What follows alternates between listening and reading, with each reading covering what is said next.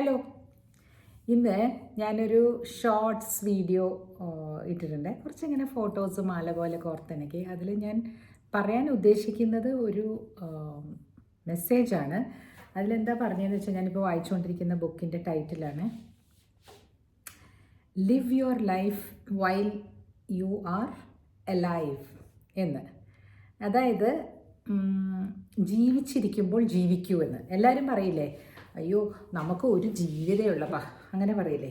അങ്ങനെയല്ല, മരണമാണ് ഒരെണ്ണമുള്ളത്. ജീവിതം നമുക്ക് എത്ര വേണമെങ്കിലും ആണ്, നിറയെ ഉണ്ട് ജീവിതം. ദിവസവും ജീവിതമാണ്. ഓരോ ദിവസവും നമ്മൾ ജീവിക്കുക. റൂട്ടീനായിട്ട് ഇങ്ങനെ മണ്ടെയിനായിട്ട് ചെയ്യുന്ന ആക്ടിവിറ്റീസ് തന്നെ ചെയ്തുകൊണ്ട് പോകാതിരിക്കുക. അതാണ് അതിൻ്റെ ഉദ്ദേശം. എന്ന് പറഞ്ഞാൽ രാവിലെ എഴുന്നേൽക്കുന്നു, കുളിക്കുന്നു, ബ്രഷ് ചെയ്യുന്നു, എല്ലാം റൂട്ടീൻ. നമ്മൾ ബ്രഷ് ചെയ്യുന്നതും കുളിക്കുന്നതൊക്കെ റൂട്ടീൻ. അത് കഴിഞ്ഞ് ജോലിക്ക് പോകുന്നു, വരുന്നു. ഇതല്ലാതെ എന്തെങ്കിലും ഒന്ന് മാറ്റി ചെയ്യുക. ചിലപ്പോൾ ഒരു എക്സാമ്പിളായിട്ട് പറയണേ, പലതും ചെയ്യാം നമുക്ക്. ഒരു കാര്യം ഞാൻ വിചാരിക്കുന്നത്, നമ്മൾ പച്ചവെള്ളത്തിൽ കുളിക്കാറില്ല ചിലർ ചൂടുവെള്ളമാണ് ഇഷ്ടപ്പെടുന്നത്. അങ്ങനെയാണെങ്കിൽ പെട്ടെന്ന് നല്ല തണുത്ത വെള്ളത്തിലൊന്ന് കുളിച്ച് ഒരു ഡിസ്കംഫർട്ട് ഉണ്ടാക്കുക. പക്ഷേ ആ ശരീരത്തിന് അത് നല്ലതാണെന്ന് പറയും. പെട്ടെന്ന് ചൂടുവെള്ളം കുളിച്ചുകൊണ്ടിരിക്കുന്ന സമയത്ത് പെട്ടെന്നൊരു തണുത്ത വെള്ളം കുടിക്കുക. ഇതൊക്കെ ആരോഗ്യത്തിന് നല്ലതാണെന്നും പറയും. അപ്പോൾ ഇത് ഞാൻ പറഞ്ഞെന്തിനാന്ന് വെച്ചാൽ, ഓരോ ദിവസവും നമ്മൾ ജീവിതം ജീവിക്കുക. അല്ലാതെ എഴുന്നേറ്റു ജോലിക്ക് പോകണം, അയ്യോ അങ്ങനെ ആയിരിക്കരുത്. നമുക്ക് ജോലിക്ക് പോയേ മതിയാവും. കാരണം എന്തിനാ, നമുക്ക് അവിടുന്ന് പണം കിട്ടുന്നുണ്ട്. നമ്മുടെ സർവീസും നമ്മുടെ സമയവും കൊടുക്കുന്നതിന് നമുക്ക് പണം ലഭിക്കുന്നു അല്ലേ. അപ്പോൾ ദൈവമേ, എനിക്ക് ഈ ജോലി ഉള്ളത് എത്രയോ ഭാഗ്യമാണ്. എത്രയോ ആളുകൾ ഈ ജോലിക്ക് വേണ്ടിയിട്ട് തപം ചെയ്യുന്നുണ്ട് എന്ന് വിചാരിച്ച് നമ്മൾ ദിവസം തുടങ്ങണം. അല്ലാതെ അയ്യോ എനിക്ക് ഇഷ്ടമില്ലാത്തൊരു ജോലിയാണ് അങ്ങനെ വിചാരിക്കരുത്.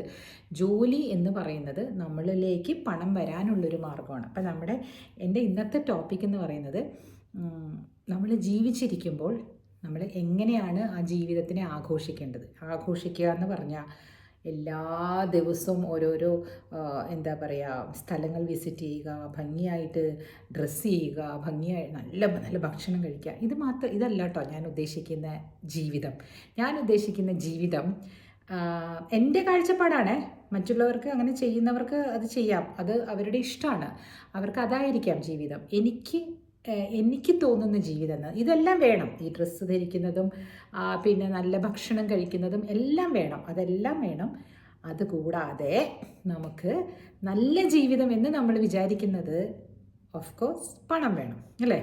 മണി ഫ്ലോ ഉണ്ടായാലാണ് നമുക്ക് ആ നല്ല ജീവിതം എന്ന് നമ്മൾ വിചാരിക്കുന്നത് നമുക്ക് ഉണ്ടാക്കാൻ പറ്റുള്ളൂ, ചില കാര്യങ്ങൾക്കെങ്കിലും.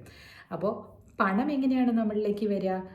ജോലി ചെയ്യണം അല്ലേ. അപ്പം ജോലിക്ക് പോകാൻ പറ്റാത്തവർക്ക്, അല്ലെങ്കിൽ ബിസിനസ്സൊന്നും ഇല്ലാത്തവർക്ക്, പണത്തിൻ്റെ സ്രോതസ്സ് എവിടെ നിന്ന് വരുമെന്നറിയാത്തവർക്ക് സ്രോതസ്സ് ഉണ്ടാക്കാൻ വേണ്ടിയിട്ട് ഒരു ആറ്റിറ്റ്യൂഡ് ചേഞ്ച് വേണം.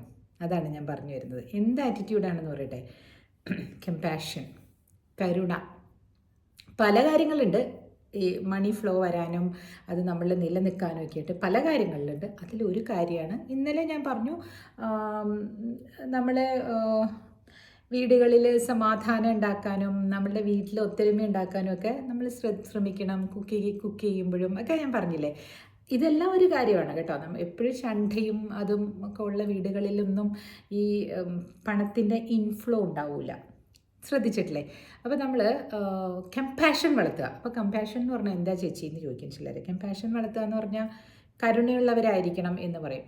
അയ്യോ ഞങ്ങൾ നല്ല കരുണയുള്ളവരാണ്, ഞങ്ങൾ ആരോടും ഒരു ഇതിന് പോകാറില്ല, ആരെയും വിഷമിപ്പിക്കാറില്ല എന്ന് പറയുന്ന ആൾക്കാരുണ്ട്. ആ കരുണ മാത്രം പോരാ കേട്ടോ. അപ്പോൾ ഞങ്ങളുടെ കയ്യിൽ പൈസയൊന്നുമില്ല ചേച്ചി, എല്ലാവർക്കും കൊടുത്ത് കരുണ കാണിക്കാനായിട്ട്. ഞങ്ങൾക്ക് ഉള്ളത് ഞങ്ങൾ കറക്റ്റായിട്ട് ചെയ്തു കൊണ്ടുപോകുന്നു, ഞങ്ങളുടെ കാര്യങ്ങൾക്ക് വേണ്ടി വിനിയോഗിക്കുന്നു എന്ന് പറയുന്നവരോട് പറയട്ടെ, കരുണ എന്ന് പറയുന്നത് പൈസ കൊടുത്ത് ആവണം എന്നില്ല. നമ്മളിപ്പോൾ ഒരു വീട്ടിൽ നമ്മുടെ വീട് വാടകയ്ക്ക് കൊടുത്തിരിക്കുകയാണെന്ന് ഇരിക്കട്ടെ, ഒരു എക്സാമ്പിളാണ് കേട്ടോ. പല രീതിയിൽ നിങ്ങൾക്കത് നിങ്ങളുടെ ജീവിതത്തിൽ വന്നിട്ടുണ്ടാവും. നിങ്ങളത് ശ്രദ്ധിച്ചു നോക്കും, അപ്പോൾ നിങ്ങൾക്ക് മനസ്സിലാവും.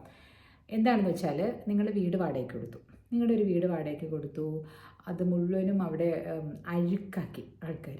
അഴുക്കാക്കി എന്ന് പറഞ്ഞാൽ ഭയങ്കര അഴുക്കാക്കി. നിങ്ങൾ വൈറ്റ് വാഷൊക്കെ ചെയ്ത് കൊടുത്തതാണ്. എന്നിട്ട് അല്ലെങ്കിൽ എന്തെങ്കിലും ഒരു വാൾപേപ്പർ ഒട്ടിച്ച് കൊടുത്തു, എങ്ങനെയെങ്കിലുമൊക്കെ കൊടുത്തു. അത് അഴുക്കാക്കിയിട്ട് അവർ വീട് വിട്ടു പോകുമ്പോൾ നമ്മളോട് പറയുകയാണ്, എല്ലാം നല്ല ഞങ്ങൾ വൃത്തിയാക്കിയിട്ടുണ്ട്, ഒരു നുണ അവരങ്ങ് പറയുകയാണ്. എല്ലാം പെർഫെക്റ്റാണ്, നിങ്ങൾ ഡിപ്പോസിറ്റ് തിരിച്ചു തരണം കേട്ടോ. അപ്പം നമ്മൾ കൊടുക്കുന്നു, അവരെ വിശ്വസിച്ച് ഡിപ്പോസിറ്റ് ഫുൾ കൊടുക്കുന്നു. അത് കഴിഞ്ഞ് വീട് വന്ന് നോക്കുമ്പം നമുക്ക് ഇരട്ടി പൈസ നമ്മൾ അവർക്ക് കൊടുത്തില്ല. അതിന് പിടിച്ചു കൊടുക്കേണ്ടിയിരുന്ന പൈസ നമ്മൾ പിടിക്കാതിരുന്നതുകൊണ്ട് നമ്മൾ ചിലവാക്കേണ്ടി വന്നു. നമുക്കറിയാം അവരത് മറച്ചു വെച്ചു, അവരത് നല്ല കാര്യമല്ല ചെയ്തതെന്ന് നമുക്കറിയാം. അവർ നമ്മുടെ വീട് വിട്ടുപോവുകയും ചെയ്തു. നമ്മൾ സാധാരണ രീതിയിൽ എന്താ ചെയ്യുക? രോഷം കൊണ്ടിട്ട് നമ്മളെ ഫോണിങ് എടുത്തിട്ട് പറയേ, ഹലോ നിങ്ങളെ അത്ര വലിയ ആളായെന്നൊന്നും വിചാരിക്കേണ്ട കേട്ടോ, നിങ്ങൾ ഇത് എന്നെ പറ്റിച്ചിട്ട് പോയില്ലേ, ഇതത്ര നല്ല കാര്യമൊന്നുമല്ലെന്ന് പറഞ്ഞു നമ്മളങ്ങ് അവരെ അങ്ങോട്ട് ഇടിച്ചങ്ങോട്ട് ഒരു മൂലയിൽ ചേർത്ത് നിർത്തി ഇടിക്കുന്ന കൂട്ടാണത്. അതുകൊണ്ട് നമുക്ക് എന്തെങ്കിലും ഗുണമുണ്ടായോ? ഉണ്ടോ ഇല്ലയോ നിങ്ങൾ പറ. എൻ്റെ ഒരു അനുഭവമാണ് ഞാൻ ഈ പറയുന്നത് കേട്ടോ. ഞാൻ വൈറ്റ് വാഷ് അല്ല, അതേപോലെ ഉണ്ടായിരുന്നു എൻ്റെ വീട്ടിൽ. ഇതെല്ലാം കീറിപ്പോയായിരുന്നു, ഈ വാൾ പേപ്പറൊക്കെ. അതെല്ലാം അവർ ഹൈഡ് ചെയ്ത് വെച്ചു. അവർക്ക് കിട്ടേണ്ട പണം മുഴുവനും വാങ്ങിയിട്ട് ഞാനത് ഒരു ചഞ്ചലിപ്പും ഇല്ലാതെ തിരിച്ചു കൊടുക്കുകയും ചെയ്തു. മറ്റുള്ളവരുടെ പണമല്ലേ, അതായത് അഡ്വാൻസ് ആയിട്ട് തരൂലേ നമുക്ക് കയ്യിൽ വെക്കാൻ വേണ്ടിയിട്ട്. നമ്മുടെ വീട് എടുക്കുമ്പം അഡ്വാൻസ് മണി എന്ന് പറഞ്ഞിട്ട് റെൻറ്റ് തിരിച്ചു കൊടുത്തു കേട്ടോ. അപ്പോൾ എൻ്റെ വീട്ടിൽ ടി വി ഒക്കെ ഞാൻ യൂസ് ചെയ്യാൻ കൊടുത്തിട്ടുണ്ടായിരുന്നു. കാരണം നമ്മളിങ്ങോട്ട് അബുദാബിക്ക് പോകുന്ന കാരണം അതൊന്നും നമുക്ക് ആവശ്യമില്ല. അതെല്ലാം പൊക്കിക്കൊണ്ട് മാവേലിക്കര വെക്കാനും പറ്റില്ല. അത് കൊണ്ടുപോകുമ്പോഴേക്കും അതിൻ്റെ ഒരു പ്രശ്നം. പിന്നെ അവിടെയും ഈ പറഞ്ഞ പോലെ അതിനെന്തെങ്കിലുമൊക്കെ കേടുപാടുകൾ വെച്ച് അമ്മയ്ക്ക് ബുദ്ധിമുട്ടാകും. അങ്ങനെയൊക്കെ അത് ആ ടി വി എനിക്ക് അന്ന് വാങ്ങിക്കുമ്പോഴേ എനിക്കതൊരു വല്ലാത്ത ഒരു 1.5 ലക്ഷം രൂപയുടെ സാംസങ്ങിൻ്റെ ടി വി കേട്ടോ. അപ്പോഴും ഞാൻ വിചാരിച്ചു, എന്തിന് ഇത്ര വലിയ ടി വിയൊക്കെ, നമ്മൾ ടി വി കണ്ട് സമയം കളയരുതെന്നാണ്. ആവശ്യത്തിനുള്ള ഞാൻ ടി വി അധികം കാണാത്ത ആളാണ് കേട്ടോ. അല്ല നെറ്റ്ഫ്ലിക്സിലൊക്കെ എന്തെങ്കിലും സീരീസൊക്കെ ഉണ്ട് ഇങ്ങനെ വളരെ കാണേണ്ടതാണ് എന്നൊക്കെ ഉള്ളത് മാത്രമാണ് ഞാൻ പോയി നോക്കുള്ളൂ. അല്ലാതെ ഫുൾ ടൈം ടി വിയിൽ ബ്രൗസ് ചെയ്യുക, ന്യൂസ് കാണുക, അങ്ങനെയുള്ളൊരു സ്വഭാവം എനിക്കില്ല. നല്ലതോ ചീത്തയോ അതാണ് എൻ്റെ ഒരു രീതിയാണത്. പക്ഷേ ആ ടി വി അവരുപയോഗിച്ചു, 3 വർഷം ഉപയോഗിച്ച് കഴിഞ്ഞിട്ട് അതിൻ്റെ എന്തോ ഒരു സാധനം, അതൊക്കെ ഇങ്ങനെ ഇലക്ട്രോണിക്സ് അല്ലേ, പോകാൻ സാധ്യതയുണ്ട്, ചൂടുകൊണ്ട് ഉരുകി പോവുക എന്തോ ഉണ്ടായി. അപ്പം ഞാനിങ്ങനെ എല്ലാ സാധനങ്ങളും റിമോട്ടായിട്ടാണ് ഞാൻ അവരോട് ചോദിച്ചത്, ഇതെല്ലാം റെഡിയാണോ, ഇതെല്ലാം ശരിയാണോ, ടി വി ഒന്ന് ഓൺ ചെയ്യുന്നു. അപ്പോൾ അവർ ടി വി ഓൺ ചെയ്ത് കാണിച്ചു, അത് വർക്ക് ചെയ്യുന്നുണ്ടോയെന്നില്ല, അതിൻ്റെ ആ റെഡ് മാത്രം കാണിച്ചു. ഞാനും അവരെ വിശ്വസിച്ചു. വലിയൊരു പദവിയിലിരിക്കുന്ന ഒരു ലേഡിയാണ്.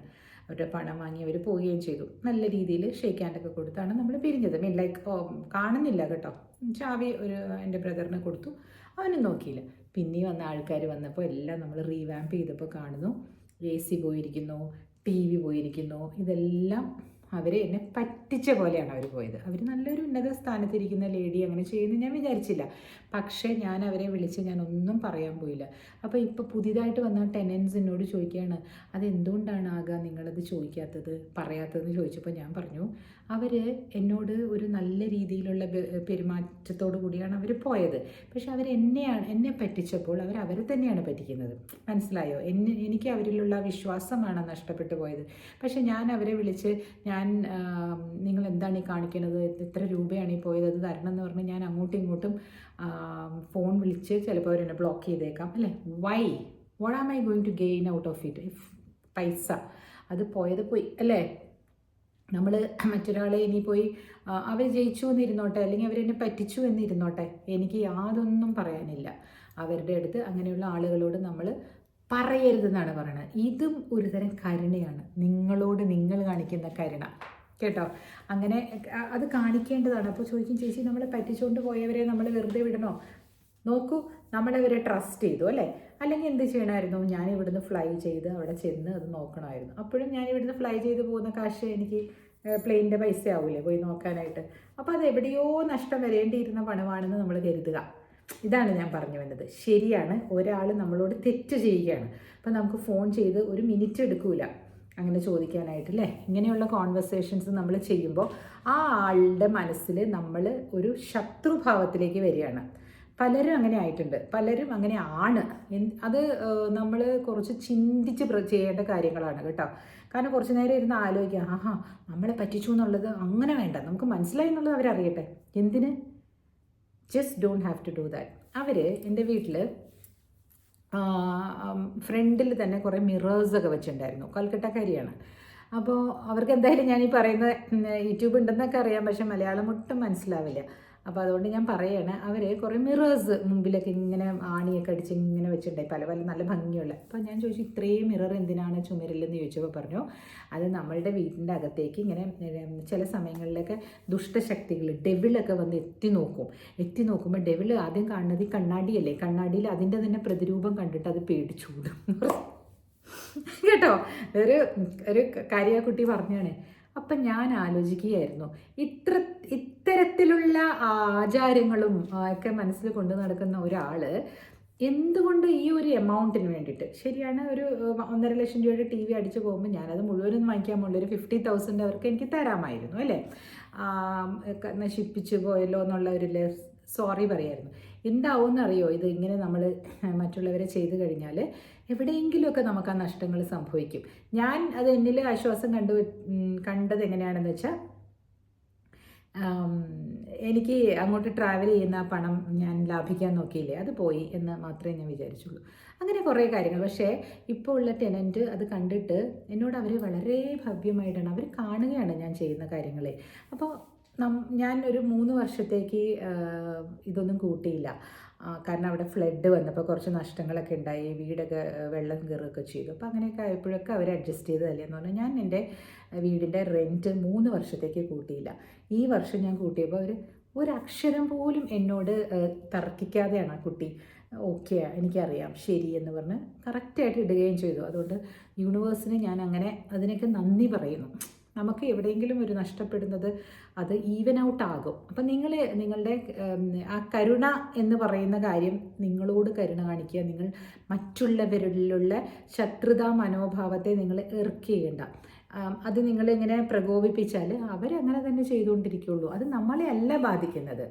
അത് നമ്മളോട് എങ്ങനെ പെരുമാറുന്ന അല്ലെങ്കിൽ നമ്മളെ പറ്റിച്ചു എന്ന് ധരിച്ചുകൊണ്ടിരിക്കുന്ന അവർക്ക് അതെന്നും കുത്തിക്കൊണ്ടിരിക്കും. അവർക്കത് ഉണ്ടാകുക തന്നെ ചെയ്യും. നിങ്ങൾ ശ്രദ്ധിച്ചു നോക്കിക്കോളൂ. ഇതൊരു കാര്യം ശ്രദ്ധിച്ചോളൂ കേട്ടോ. വെൽത്ത് ഉണ്ടാകാനായിട്ടുള്ള ഒരു വഴിയാണ് കരുണ കാണിക്കുക എന്നുള്ളത്. ഇതൊരു പോയിൻ്റാണ്. മറ്റുള്ള കരുണ എന്ന് പറയുന്നത് എംപതി, സിംപതി എന്നൊക്കെ പറയുന്ന കരുണ വേറെയാണ്. അതെല്ലാവരും ചെയ്യുന്ന കാര്യമാണ്. നമുക്ക് 100 രൂപ കിട്ടിക്കഴിഞ്ഞാൽ 10 രൂപ ഒരാൾക്ക് കൊടുക്കാൻ നോക്കുക. അത് ദാനം എന്നുള്ള രീതിയിലുള്ള കരുണയാണ്. ഇത് നമ്മളുടെ ആക്ടിവിറ്റിയിൽ നമ്മൾ ചെയ്യുന്ന ദൈനംദിനം അറിയാതെ പോകുന്ന ആക്ടിവിറ്റിയിൽ നമ്മൾ കൊണ്ടുവരേണ്ട കരുണയാണിത്. പിന്നെ വേറൊരു എക്സാമ്പിൾ പറയുകയാണെങ്കിൽ, നമ്മുടെ വീട്ടിലേക്ക് ഇപ്പോൾ ജോലിക്ക് ആൾക്കാരൊക്കെ വരില്ലേ, ചിലർ നമ്മുടെ വീട്ടിൽ വന്ന് താമസിച്ച് ജോലി ചെയ്ത് തരുന്ന സന്ദർഭം ഉണ്ടായിട്ടുണ്ടാവും. അപ്പോൾ അച്ഛനമ്മയ്ക്കൊക്കെ വയ്യാണ്ടൊക്കെ ആകുമ്പോഴേ. പക്ഷെ അവർ മനുഷ്യരാണെന്ന് നമ്മൾ ആലോചിക്കണം. അവർക്ക് നമ്മൾ ഇത്ര എമൗണ്ട്, ഒരു എക്സ് എമൗണ്ട് കൊടുക്കുന്നുണ്ടെന്ന് പറഞ്ഞ് അവരുടെ 24 മണിക്കൂറും അവർ നമ്മൾക്ക് വേണ്ടി സേവനം ചെയ്യണം എന്ന് നിങ്ങൾ കരുതരുത്. അവർക്ക് റെസ്റ്റ് എടുക്കാൻ ഒരു സമയം കൊടുക്കണം. ചിലപ്പോൾ അവർ അവിടെ വേദനയാണ്, മുതുക് വേദനയാണ് എന്നൊക്കെ പറഞ്ഞിരുന്നിരിക്കും. അവർ മനുഷ്യരാണ്. അവരത്രയും ജോലി ചെയ്യുമ്പോൾ ഒരു മെഷീനല്ലല്ലോ അവർ. അപ്പോൾ ആ ഒരു കമ്പാഷൻ, അങ്ങനെയുള്ളൊരു കരുണ, അതല്ല ഇത്രയും പൈസ ഓടിക്കുന്നത് അവർ നുണ പറയണമായിരിക്കും, അവർക്ക് കൈവേദന കാലുവേദന അങ്ങനെ നിങ്ങൾ വിചാരിക്കരുത് കേട്ടോ. അവർ മനുഷ്യരാണ്. അവർക്കും അതുപോലെ ചിലപ്പോൾ അങ്ങനത്തെ വേദനകളൊക്കെ ഉണ്ടാകും. അപ്പം നമ്മൾ കരുണയോടുകൂടി എന്തെങ്കിലുമൊക്കെ ഒരു റെസ്റ്റ് എടുക്കാൻ സമയം കൊടുക്കുക. അല്ലെങ്കിൽ അത്തരത്തിൽ അവരുടെ ഫിസിക്കലായിട്ട് അവർക്ക് കുറച്ച് ആയാസം കുറവുള്ള എന്തെങ്കിലും ഡിഷ് ഉണ്ടാക്കാൻ പറയുക. ഇതൊക്കെ അറിഞ്ഞുകൊണ്ട് ചെയ്യണം. നമ്മൾ അങ്ങനെ അറിഞ്ഞുകൊണ്ട് ചെയ്യുമ്പോൾ മാത്രമാണ് ആ കരുണ നമ്മൾ അവരിൽ കാണിക്കുന്നുണ്ടെന്ന് അവർക്ക് മനസ്സിലാവും. അതേപോലെ ആ ജോലി ചെയ്യുന്ന ആൾക്കാരും അപ്പോൾ നമ്മളോട് അങ്ങനെ റെസ്പോണ്ട് ചെയ്യും. അവർക്ക് അങ്ങനെ ഒരു ചെറിയ വേദനകളൊക്കെ ഉണ്ടെങ്കിലും അവർക്ക് എന്തെങ്കിലുമൊക്കെ പെയിൻ കില്ലറും ഒക്കെ കഴിച്ചിട്ട് അവർ നമുക്ക് വേണ്ടിയിട്ട് സേവനം ചെയ്യും. ഒത്തിരി പേരെ ഞാൻ അങ്ങനെ കണ്ടിട്ടുണ്ട് കേട്ടോ. ഒരു കുട്ടി എന്നോട് പറഞ്ഞാണേ, എനിക്കറിയാം ആ കുട്ടിക്ക് കുറേ ജോലികൾ ഇങ്ങനെ ഇതുപോലെ കൊടുക്കുമായിരുന്നു ഒരു വീട്ടിൽ ജോലി ചെയ്യുമ്പോൾ കേട്ടോ. അപ്പോൾ പുറമൊക്കെ വേദന എടുത്തിട്ടേ ഈ ആരും തേച്ചു കൊടുക്കാനൊന്നും ഇല്ലല്ലോ അവർക്ക്. അവരൊരു വീട്ടിൽ ജോലിക്ക് നിൽക്കുകയല്ലേ. ഡോറിൻ്റെ പുറക് വശത്ത് ടൈഗർ ബാം ഇങ്ങനെ തേക്കും അത്ര, എന്നിട്ട് പുറക് പോയി ഇങ്ങനെ ഉരയ്ക്കുന്നു. കാരണം എത്തൂലല്ലോ. ആലോചിച്ച് നോക്കൂ നമ്മൾ. ശരിയല്ലേ ദൈവമേ, അവരെ ആരാണ് ശ്രദ്ധിക്കുക, സംരക്ഷിക്കുക? അവർ തന്നെ വേണ്ടേ. എന്നിട്ട് ചൂടുവെള്ളത്തിൽ കുളിക്കുമായിരുന്നു. കാരണം അത്രയും ഒരു മനുഷ്യന് എത്രത്തോളം ഉണ്ടാക്കാൻ പറ്റും ഭക്ഷണം എന്നൊക്കെ പറയുന്നത്. നമുക്ക് മടിയായതുകൊണ്ടാണ് നമ്മൾ ഒരാളെ ഒരു വേതനത്തിൽ നിർത്തിയിരിക്കുന്നത്. ആ വേതനം എന്ന് പറയുന്നത് അല്ലെങ്കിൽ ആ സാലറി എന്ന് പറയുന്നത് കറക്റ്റാണ്, അവർ ഇന്ന ജോലി ചെയ്യാൻ വേണ്ടിയിട്ടാണ്. പക്ഷെ ഒന്നിന് പിറകെ ഒന്നായിട്ട് ഇങ്ങനെ പറഞ്ഞുകൊണ്ടിരുന്നാൽ അവർക്കൊന്ന് റെസ്റ്റ് എടുക്കണ്ടേ? നിങ്ങൾ നിങ്ങളുടെ വീട്ടിൽ നിൽക്കുന്ന ആളുകളൊന്ന് വാച്ച് ചെയ്ത് നോക്കൂ കേട്ടോ. അവർ ചിലപ്പോൾ ചില സമയങ്ങളിൽ ചിലർ മുറുമുറുത്തുന്നിരിക്കും. കാരണം എന്താണെന്നറിയോ, പറ്റില്ല എന്ന് തോന്നിപ്പോകും. അവർക്ക് അത്രയും പാത്രങ്ങളുണ്ടാകും. നമ്മൾ കൊണ്ടുവന്ന് നമ്മൾ കഴുകുകയാണെങ്കിൽ ഒരു സ്പൂൺ എടുത്ത് നമ്മളപ്പം തന്നെ കഴുകി വയ്ക്കും. ഇവിടെ കഴുകാൻ ആളുണ്ടല്ലോ എന്ന് കരുതി 10 20 സ്പൂണൊക്കെ ഉണ്ടാകും സിങ്കിലൊക്കെ. ശ്രദ്ധിച്ചിട്ടുണ്ടോ നിങ്ങൾ? അതൊക്കെ ഇതെന്തിനാ ഞാൻ പറയണമെന്നറിയോ? ഇപ്പം ഞാൻ പറഞ്ഞില്ലേ, നമ്മളിലേക്ക് ധനം എങ്ങനെ വരുമെന്നുള്ളതാണ്. ഇതൊക്കെ മറ്റുള്ളവരുടെ മനസ്സിൽ നമുക്കുള്ള സ്ഥാനത്തിനെ ഉയർത്തും. അതുപോലെ ചിലരുണ്ട് കേട്ടോ, ഇപ്പം ജോലിക്ക് വരുന്ന ആൾക്കാർക്ക് ഇപ്പോൾ ഒരു കുറച്ച് രൂപ, വളരെ കുറച്ച് എമൗണ്ട് കൂട്ടിക്കഴിഞ്ഞാൽ അവർക്കൊരു നല്ല തുക പോലെ വരും. ഇപ്പോൾ ഒരു എക്സാമ്പിൾ എന്താ ഞാൻ പറയാം. ഇപ്പോൾ 9,000 രൂപയാണെന്ന് വിചാരിക്കട്ടെ നിങ്ങൾ കൊടുക്കുന്ന ശമ്പളം. നിങ്ങളത് 9,000 എന്നുള്ളത് ഒരു 10,000 ആയിട്ട് കൊടുക്കും. ഒരു 0 കൂടാനായിട്ട് 1000 രൂപ മതി. പക്ഷെ അവരുടെ മനസ്സിലൊരു നിറവായിരിക്കും. നിങ്ങൾ ശ്രമിച്ചു നോക്കിക്കോളൂ. എൻ്റെ ചേച്ചി എനിക്ക് ഭയങ്കര ടെൻഷനാണ്, എനിക്ക് അങ്ങനെ അത്രയും പൈസ കൂട്ടി കൊടുക്കാൻ പറ്റില്ല. നിങ്ങൾ കൂട്ടി കൊടുക്കൂ, നിങ്ങളിലേക്ക് ആ പണം വരും. എനിക്ക് ഉറപ്പാണ്, എൻ്റെ അനുഭവമാണ് ഞാൻ പറയുന്നത്. അതുകൊണ്ട് കാരണം അവർക്ക് ഒരാൾ ചോദിക്കുമ്പോൾ എത്ര രൂപയാണ് നിങ്ങൾക്ക് ഇവിടെ സാലറി കൊടുക്കുന്നത്? അവരുടെ 3 മണിക്കൂർ 4 മണിക്കൂർ ജോലിയുള്ളതായിരിക്കും, വളരെ മൈൽഡ് ജോലിയായിരിക്കും. അതുകൊണ്ടായിരിക്കും 9,000 എന്ന് കൊടുക്കുന്നത്. പക്ഷേ ആ 9,000-ൻ്റെ ജോലിയിലേക്കാളും കുറവ് ജോലിയാണെങ്കിൽ പോലും നമ്മൾ ആ എമൗണ്ട് ഉണ്ടല്ലോ കുറച്ച് വലുതായിട്ട് തോന്നും ഒരു പൂജയുടെ ആകുമ്പോൾ, അല്ലേ? 4 ഫിഗർ സാലറി, 5 ഫിഗർ സാലറി എന്നൊക്കെ പണ്ട് പറയുന്നില്ലേ? അപ്പോൾ ആ ഫിഗർ അങ്ങോട്ട് കയറുമ്പം ഇപ്പോൾ എനിക്ക് 5 ശമ്പളം കിട്ടുന്നുണ്ടെന്ന് പറയാമല്ലോ. ശരിയല്ലേ ഞാൻ പറയുന്നത്? അങ്ങനത്തെ ചില കാര്യങ്ങളൊക്കെ നമ്മൾ ചെയ്യുന്നത് നല്ലതായിരിക്കും, അല്ലേ? 4 ശമ്പളം, 3 ശമ്പളം, 2 ശമ്പളം ഉണ്ട് അവന്, പിന്നെ 3 ആയി, പിന്നെ 4 ആയി, പിന്നെ 5 ആയി, അങ്ങനെ പറയുന്നത് കേട്ടിട്ടില്ലേ? പണ്ട് എൻ്റെ കൂടെ ഉണ്ടായിരുന്ന അമുത എനിക്ക് ചോദിക്കുമായിരുന്നേ, പുള്ളിക്കാരത്തേക്ക് ഞാൻ 6,000 7,000 വരെ എത്തിയുള്ളൂ. 10 ആണേന് മുമ്പ് പുള്ളി എൻ്റെ അടുത്ത് പോയല്ലോ പല കാരണങ്ങൾ കൊണ്ടും. പിന്നെ വന്നവർക്ക് ഞാൻ 10 കൊടുത്തുകൊണ്ടിരുന്നത്. രാവിലെ 2 മണിക്കൂറും വൈകുന്നേരം 2 മണിക്കൂറും. പക്ഷെ അത് അസമയങ്ങളായിരുന്നു. കാരണം രാവിലെ 6 മണിക്ക് വരണം, 8 മണിയാകുമ്പോൾ പോവാം, ഞങ്ങളെല്ലാവരും പോകും 2 മണിക്കൂർ. പക്ഷെ അത് അവരെത്ര നേരത്തെ എഴുന്നേറ്റ് വരണ്ടേ? നടന്ന് അവരുടെ വീട്ടിലെ കാര്യങ്ങളൊക്കെ അവർ 4:30-എങ്കിലും എണീറ്റല്ലേ പറ്റുള്ളൂ. അപ്പോൾ അവിടെ മുതൽ ഹെർ ക്ലോക്ക് സ്റ്റാർട്ട്സ് റണ്ണിങ്, അല്ലേ? അപ്പോൾ ഞാൻ അങ്ങനെ ചിന്തിക്കുമായിരുന്നു. വൈകുന്നേരം വന്നിട്ട് ഞാൻ വന്നതിന് ശേഷമാണ് വരുന്നത്. 5:30 ആവും വരുമ്പോൾ, ചിലപ്പോൾ 6 മണിയൊക്കെ. അപ്പോൾ 6 മുതലാണ് ഞാൻ ആ കുട്ടിയെ വെച്ചിരുന്നത്, 6 മുതൽ 9 വരെ. അപ്പോൾ 5 മണിക്കൂർ ജോലിക്കാണ് ഇന്ന് 10,000 കൊടുത്തുകൊണ്ടിരുന്നത്. അപ്പോൾ അവർ അവിടെ ജോലിയുള്ള ബാക്കി പകലൊക്കെ അവർക്ക് വേറെ എവിടെയെങ്കിലുമൊക്കെ പോകാൻ പറ്റും. 2 വീടുകളൊക്കെ എടുക്കും. അവൾക്ക് 20,000 രൂപ കിട്ടുന്നുണ്ടായിരുന്നു. അപ്പോൾ ഒരു സ്ത്രീ എന്നോട് പറയണേ, നിങ്ങൾ ജോലിക്ക് പോയി ആൾക്കാർക്ക് ഇത്രയും അധികം കൊടുക്കുന്നതുകൊണ്ട് ഞങ്ങൾക്ക് ബുദ്ധിമുട്ടാണ് കേട്ടോ ഇങ്ങനെ. ഞാൻ പറഞ്ഞു, അവരുടെ സമയത്തിനാണ് ഞാൻ കൊടുക്കുന്നത്, ആ പണിക്കല്ല. അവർ വരുന്ന 9 മണിക്ക്. അപ്പോൾ എല്ലാം കഴുകി വൃത്തിയാക്കി വെച്ചിട്ട് പോവുകയും ചെയ്യും. നല്ല ഒരു ഫീലിംഗ് ആയിരുന്നു. അതെനിക്കും സെറ്റാകുന്നുണ്ടായിരുന്നു. പക്ഷേ എല്ലാവർക്കും അങ്ങനെ കൊടുക്കാൻ പറ്റുമോ ചേച്ചി എന്ന് ചോദിച്ചാൽ പറ്റില്ല. പറ്റുന്നവരാണ് ഞാൻ പറയുന്നത്, പറ്റുന്നവർ ചെയ്യുക. അതേപോലെ തന്നെ നമ്മളും ചുമ്മാതിരിക്കുകയല്ലേ, അപ്പോൾ അവരുടെ കൂടെ എന്തെങ്കിലുമൊക്കെ ഒരു ടാസ്ക് ചെയ്യാൻ കൂടുക. ഇതൊക്കെ എൻ്റെ ഒരു രീതികളാണ് കേട്ടോ. ഞാൻ വലിയ ആളായതുകൊണ്ടൊന്നുമല്ല, ഞാൻ വേണമെന്ന് കരുതി യെസ് ഇത് ചെയ്യണം, എന്തെങ്കിലും എന്നെക്കൊണ്ട് പറ്റുന്നത് ചെയ്തേ പറ്റൂ, എന്നാലാണ് യൂണിവേഴ്സ് എനിക്ക് തരുള്ളൂ എന്നുള്ള ഒരു രീതി ഉള്ളതുകൊണ്ട് മാത്രമാണ് കേട്ടോ ഞാനിത് പറയണേ. ഇതിനെ നിങ്ങൾ വേറൊരു രീതിയിൽ വ്യാഖ്യാനിക്കരുത്. എല്ലാവർക്കും ഇത്രയും പണം ഉണ്ടാവില്ല ചേച്ചി, എല്ലാവർക്കും ഇങ്ങനെ ചെയ്യാൻ പറ്റില്ല ചേച്ചി എന്ന് പറഞ്ഞാൽ അങ്ങനെയല്ല സുഹൃത്തുക്കളെ. നിങ്ങൾ ചെയ്യാൻ നോക്കൂ. ഞാനും ഇങ്ങനെയെല്ലാം ഒന്നും ആയിരുന്നില്ല. ഞാനും ഇങ്ങനെയൊക്കെ പാത്രമൊക്കെ കഴുകാതെ ഇടുമായിരുന്നു പണ്ട്. പിന്നീട് ഞാൻ പറഞ്ഞില്ലേ, വനിത വഴികാട്ടിയെ വന്നപ്പോൾ അവനവൻ ഭക്ഷണം കഴിച്ച പാത്രം അവനവൻ തന്നെ കഴുകണം. അപ്പോഴാണ് നമ്മളുടെ ഈ കൈകൾ എന്തിനാ തന്നിരിക്കുന്നത്? ഓരോന്ന് ചെയ്യാനല്ലേ. മഹാത്മാഗാന്ധി പറഞ്ഞ പോലെ നമ്മളുടെ ബാത്റൂം എല്ലാം നമ്മൾ തന്നെ കഴുകണം. Kasturba Gandhi use to clean the toilets എന്ന് പറഞ്ഞപ്പോൾ ഒരാൾ പറയണ്ടായിരുന്നു, വേറൊരാളുടെ ടോയ്ലറ്റും മഹാത്മാഗാന്ധി അവരെ കൊണ്ട് കഴിയിപ്പിക്കുമായിരുന്നു എന്ന്. അത് ദാറ്റ്സ് റോങ്. പക്ഷെ ഒരുപക്ഷെ അവർ സേവനം പോലെ വയ്യാതിരുന്ന ആൾക്കാരുടെ ചെയ്തു കൊടുത്തതാണോന്ന് അറിയില്ല, സബർമതി ആശ്രമത്തിലെ. അപ്പോൾ നമുക്ക് ഈ 10 വിരലുകൾ കൊണ്ട് നമുക്ക് എന്തൊക്കെ ചെയ്യാൻ പറ്റും അത് നമ്മൾ ചെയ്യുക. പിന്നെ നമുക്കും നല്ലതല്ലേ, ആരോഗ്യത്തിന് നല്ലതല്ലേ, അല്ലേ? ഞാൻ പണ്ട് താമസിച്ചിരുന്ന വീടിൻ്റെ വില്ലയുടെ മുറ്റത്തെ, വില്ല പറഞ്ഞാൽ ഇങ്ങനെ സിംഗിൾ വീടുള്ള കേട്ടോ, ഇങ്ങനെ കോമ്പൗണ്ടഡ് വില്ല ആയിരുന്നില്ലേ പണ്ട്. അപ്പോൾ അതിൻ്റെ മുറ്റത്തേക്ക് ഇങ്ങനെ നിറച്ച് പൂക്കൾ, ടെക്കോമ എന്ന് പറഞ്ഞൊരു പൂവുണ്ട്, അതിങ്ങനെ വീണുകൊണ്ടിരിക്കില്ലേ, മഞ്ഞ പൂവ്. അത് എപ്പോഴും ഇങ്ങനെ മഞ്ഞ പരവതാനുപോയാൽ കിടക്കും കേട്ടോ. അത് ഇങ്ങനെ വിരിഞ്ഞ് കിടക്കുന്ന അവിടെ തന്നെ മറ്റേ ഇതുണ്ടായിരുന്നു, ഗുൽമോഹർ, അങ്ങനെ കുറേ ഉണ്ടായിരുന്നു ആ തെരുവിൽ തന്നെ. അപ്പം ഞാൻ വണ്ടിയായിട്ട് വന്നത് അതിൻ്റെ മുകളിൽ കൂടെ ഇങ്ങനെ കയറി കഴിയുമ്പോൾ എനിക്ക് സങ്കടം കേട്ടോ. എന്നാലും ഞാൻ പറയേ അതവിടെ ഇരുന്നോട്ടെ, ഞാൻ വന്നിട്ട് വാരി കളഞ്ഞോളാം എന്ന് പറയും അമുദയുടെ അടുത്ത് കേട്ടോ. ഞാൻ വന്നിട്ട് ഉടനെ തന്നെ ഡ്രസ്സ് പോലും മാറുന്നതിന് മുമ്പ് ഞാൻ ചൂലെടുത്ത് അതെല്ലാം എടുത്ത് അതിനെ ഇങ്ങനെ കെട്ടിയിട്ടുണ്ട്, അതിൻ്റെ ഉള്ളിലിടും. അപ്പോൾ അപ്പുറത്ത് നിന്നൊരു ഡ്രൈവർ വന്നിട്ട് പറഞ്ഞു, அம்மா என்னம்மா அது நீங்கள் ஏன் இதெல்லாம் பண்ணுறீங்க, அவங்களுக்கு காசு கொடுத்துருக்குல்ல, இதுக்காக இப்படியெல்லாம் பண்ணுறேன்னு சொன்னேன். എൻ്റെ കൈയുടെ ഇതെല്ലാം ഒന്ന് ഒരു ഇങ്ങനെ അനങ്ങുകയും പിടിക്കുകയൊക്കെ ചെയ്യുമ്പോൾ നല്ലതാണ്, എനിക്ക് എൻ്റെ ആരോഗ്യത്തിന് വേണ്ടിയിട്ടാണ് ഞാനത് ചെയ്യുന്നത്, അതല്ലാതെ അവർ ചെയ്യാഞ്ഞിട്ടല്ല എന്ന് ഞാൻ പറഞ്ഞേ. അപ്പോൾ അവർ കുറച്ച് നേരം ആലോചിച്ചു കേട്ടോ. അവർ വിചാരിച്ചു ശരിയാണ്, ഈ കൈയും കാലൊക്കെ ഓടണ്ടേ, വെറുതെ ഇരുന്ന് കഴിഞ്ഞാൽ ഇതിനൊക്കെ നീരും അതും ഇതൊക്കെ വരില്ലേ എന്ന് അവർ പിന്നീട് ആലോചിച്ചു എന്ന് അവർ എൻ്റെ അടുത്ത് പറയണം. അവരുടെ മരുമകളോട് അവർ പറഞ്ഞു എന്നത്. ഞാനിത് വേണമെന്ന് കരുതി ചെയ്യുന്നതാണ്. എനിക്കും അത് വലിയൊരു മനസ്സുണ്ടായിട്ടൊന്നുമല്ല, ഞാനങ്ങനെ ഉണ്ടാക്കിയെടുത്തതാണ്. അപ്പം എന്നെ കേൾക്കുന്ന നിങ്ങൾക്ക് അങ്ങനെ ഉണ്ടാക്കിയെടുക്കാൻ പറ്റുമെങ്കിൽ അത് നല്ലതല്ലേ, അതുകൊണ്ട് പറയണതാണ് കേട്ടോ. അല്ലാതെ വലിയ എന്താ പറയണേ, നിങ്ങളെ ഇപ്പോൾ രൂപ കൂട്ടിക്കൊണ്ടെന്ന് ഇരുത്താം, അൽഫോൺസാമയാക്കാം എന്നൊക്കെ ചിലർ നമ്മുടെ നെഗറ്റീവ് കമൻറ്റുകൾ വരും. I don't care. സോ ഇതാണ് ഇന്നത്തെ ഇത്. നമ്മൾ ജീവിച്ചിരിക്കുമ്പോൾ ജീവിക്കുക. Live while you R alive. ജീവിതം ഒന്നേ ഉള്ളൂ എന്ന് പറയുന്നതിന് പകരം മരണം ഒന്നേ ഉള്ളൂ എന്നാണ് പറയേണ്ടത്. കാരണം ജീവിതം ഒരുപാടുണ്ട് നമുക്ക് മുമ്പിൽ. We are doing it daily, we are living it. അത് നല്ല ഫലപ്രദമായിട്ട് ഉപയോഗിക്കുക. മറ്റുള്ളവർക്ക് കരുണയും സന്തോഷവും, മറ്റുള്ളവർക്ക് വേണ്ടിയിട്ടൊരു കരുണ കൊടുക്കുമ്പോൾ നമ്മൾ നമ്മളോടും കൂടെ കരുണ കാണിക്കുകയാണ് അല്ലേ.